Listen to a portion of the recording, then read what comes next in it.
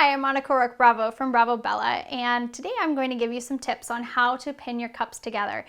Pinning the cups can be one of the trickiest parts of constructing your bra because you're working with multiple layers of slippery fabric, so it can be tricky to get them together. I've already glue basted my lower cup together, and now I'm going to show you a couple of things on how to get these together properly. So now that we're up close and personal, I want to show you a couple of things. First of all, you've noticed that I use pin stitching. I pin parallel to the cut edge here, and I put my pin in, out as if it were a stitch. And I pin right along where the seam allowance is, in this case, 1/4 inch. The other thing that I've already started doing is I never pin from one end to the other. I pin on one end, then I pin the other end, then I come back and pin this end and back and pin this end. So I'm going to keep doing that. Again, using my pin stitching here. And here comes the part that most people get stuck on. This particular cup happens to be pretty narrow with a lot of projection. And because of that, it's got a really big curve. So when I've pinned back and forth, you can see it looks like I've got all this extra fabric. Oh my goodness, my cups don't match.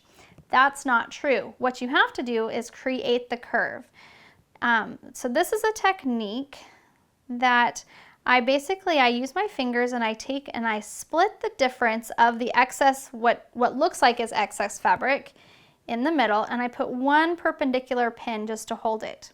Then I'm going to come back and take one pin out, and you can see that if I simply use my thumbs to curve the fabric, all of the excess disappears. That is because when it goes on my body, that's going to be a really dramatic curve. So having it lay flat is not allowing the fabric to lay where it belongs. So if I come back in here, I create the curve with my thumbs, and then I hold it with one hand while I grab my pin and then pin in. If I pin it curved, as it's going to lay on my body, it lays nice and smooth. So what looked like to be lots of excess fabric really isn't any excess at all. So I'm going to come back over here and again line up my little layers.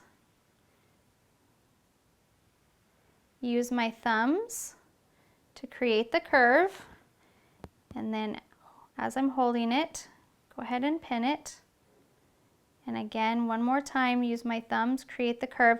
And it's really important, I'm not stretching this at all. I'm simply pressing in slightly with my thumbs to make the fabric curve the way that it's naturally designed to.